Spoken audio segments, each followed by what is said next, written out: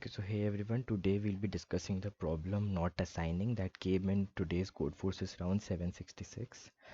So yeah, I hope you all have read the question, so let's just directly jump to the solution. So the main catch for this problem was you have to consider when you will be getting a minus 1. Like as they said, if it's not possible, print minus 1. So the answer to that is whenever you have a node which has a degree greater than equal to 3. So first let's prove that. Okay, so suppose you have this node which has a degree of 3. So you want to make this distance as prime and these two distance also as prime. So let's just say I put 3 over here. So what all options do I have for this? You cannot put another prime over here, like another odd prime over here. You have to put a prime, but you cannot put an odd prime because in that case, this distance will become even.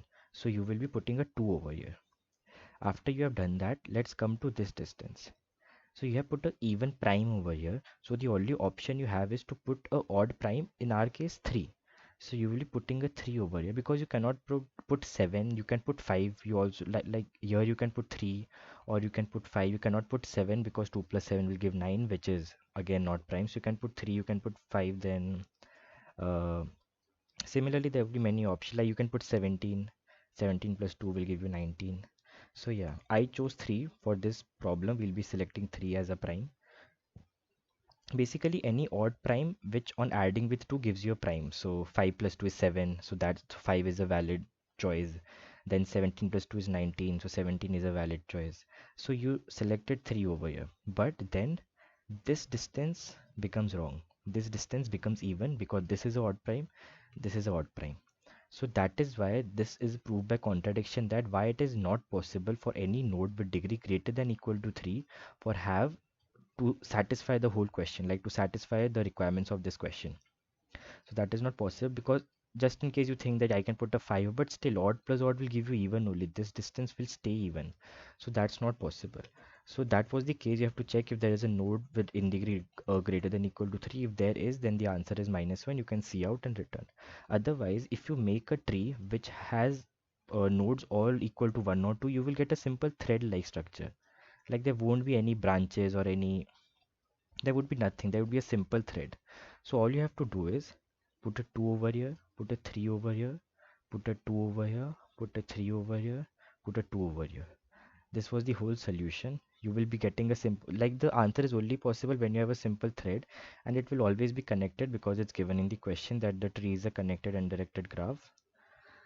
So you can just simply iterate, like also how to do this, then you can just save the edges and then you can just run a DFS from this node. How will you be like how will you be getting, like what I did is I selected this node by checking if there is a node with in degree of 1. If there is a node with in degree of 1, you can start running a DFS. And then okay, I'll just show you the code.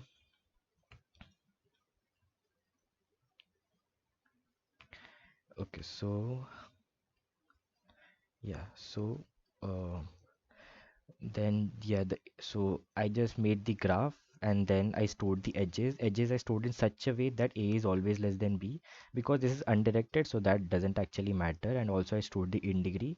Then as I said, I stored the edges in a sorted way. And then if there is a in degree with a node with in degree greater than equal to 3, see out minus 1. Otherwise el dot, like just get the start node for the DFS because you want to run a DFS from this node.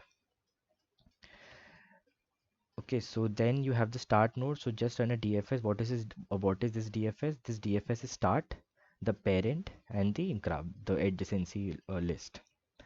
After you have done that, just run a simple DFS. This is nothing, a normal DFS, and just store all the elements. Like the DFS traversal element should be stored in the vector.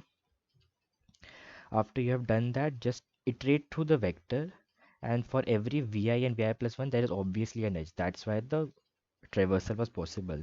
So again, I stored the answer in a sorted way only. F comma S, where F is less than S, as you can see over here. I stored the answer. I started the answer from 2. Then I'm doing 5 minus 2, which will give me 3. Then again 5 minus 3 will give me 2. Then again 5 minus 2 will give me 3, and so on. 2, 3, 2, 3, 2, 3, it continues. And then just iterate over the edges. and just print the answer, because you will always be having the answer, because this is all while storing you sorted the answer here, while storing you sorted the answer, and also while uh, like while you were after traversal also you sorted and then saved the answer. So while outing, like while printing the answer, you will be always getting the correct, like for the edges you will be getting the correct answer. So yeah, so just to summarize, this isn't possible. This case isn't possible because there would be odd even issues. Otherwise, it's a simple thread. You can run a DFS and just alternate the values of 2 3 or 2 5 2 5 2 5 or 270 217. Basically, any odd prime which on adding with 2 gives you another odd prime. So yeah, that was it. Thank you.